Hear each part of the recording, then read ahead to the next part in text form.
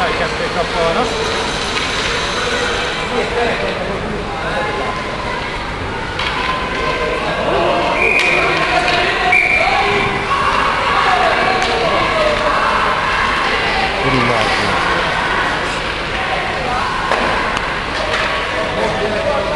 Menjetek meg közel, hogy kibaszott kapu volt.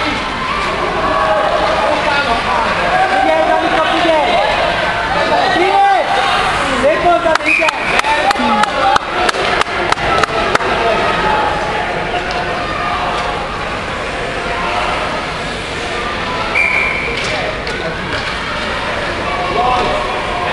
Figyelj, Dani, figyelj! Na, Csabi!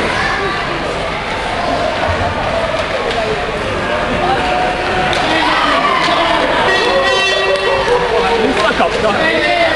Erre nem tudsz mondani. Azt hiszem, ezt lejátszották ezt a meccset.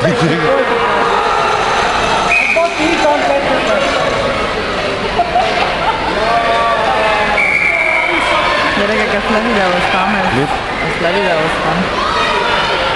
Ez jogos volt, úgy kikapta a lábát, hogy húzott. Most kell ez bőra fordítani a falja, hogy az ember ellen. Gyerünk Kristófka, kurva ügyes. Hímelyes törökik valózókornak. Az ember előnyben lévő csapat nem kerül előnybe. Nem bedobják meg, mit tudom én.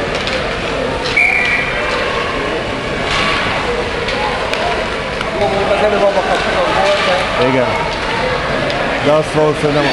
Ez mi volt? Szép kaptak. Figyelj, Dani, figyelj!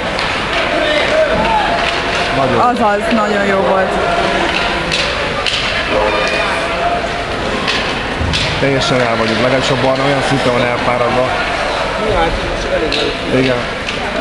Teljesen. Tedd már le azt ütőt a jégre, a könyörögnek kérlek. Nagyon jó! Látod, hol leteszed az ütőt? Még oda is érünk! Azaz. Ne arra ő! Jaj! Jézusom! Ez mi volt? Máté emel!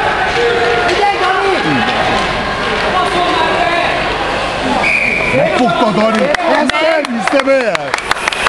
Ja, nem tudjuk már. A fiat vagy 4-5-öt. Ez hihetetlen kicsáó. Várról levenni azzal a kéz, nem is értem. Dani baromira tud. Ügyes, nagyon. Figyelj! Azaz, Máté, hogy megindult. Hogy veszik el Máté? Legyen az ütőd a jégemben!